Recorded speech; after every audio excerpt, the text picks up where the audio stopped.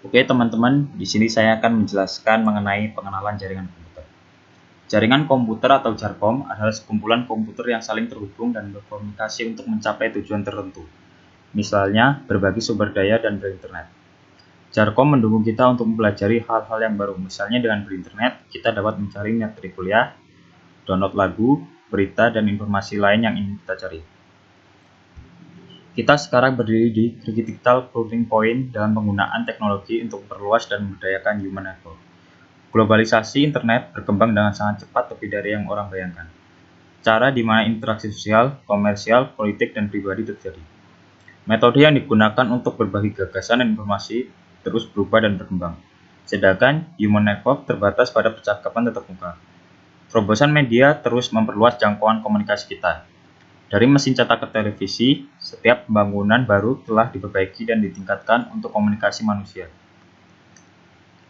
Jaringan data yang dulunya mengangkut informasi dari bisnis untuk usaha, telah respon untuk meningkatkan kualitas hidup orang di mana-mana. Dalam perjalanan hariannya, sumber daya yang tersedia melalui internet dapat membantu masyarakat.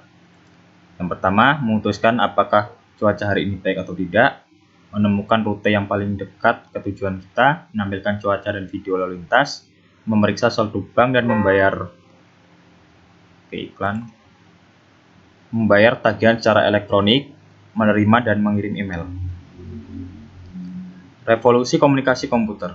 Di tahun 1970-an dan awal 1980-an, terlihat perpaduan dari bidang ilmu komputer dan komunikasi data yang secara mendalam mengubah teknologi. Produksi dan perusahaan yang sekarang merupakan kombinasi industri komunikasi komputer. Revolusi ini telah menghasilkan kenyataan yang menarik, antara lain tidak adanya perbedaan fundamental atau pokok antara data processing komputer dan komunikasi data. Tidak adanya perbedaan fundamental antara komunikasi data, voice, dan video. Jalur antara single prosesor komputer, multiprosesor komputer, jaringan lokal, jaringan metropolitan, dan jaringan jarak jauh sudah kabur.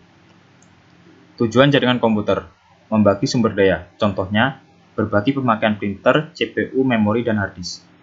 Komunikasi, contohnya, surat elektronik, instant messaging, chatting.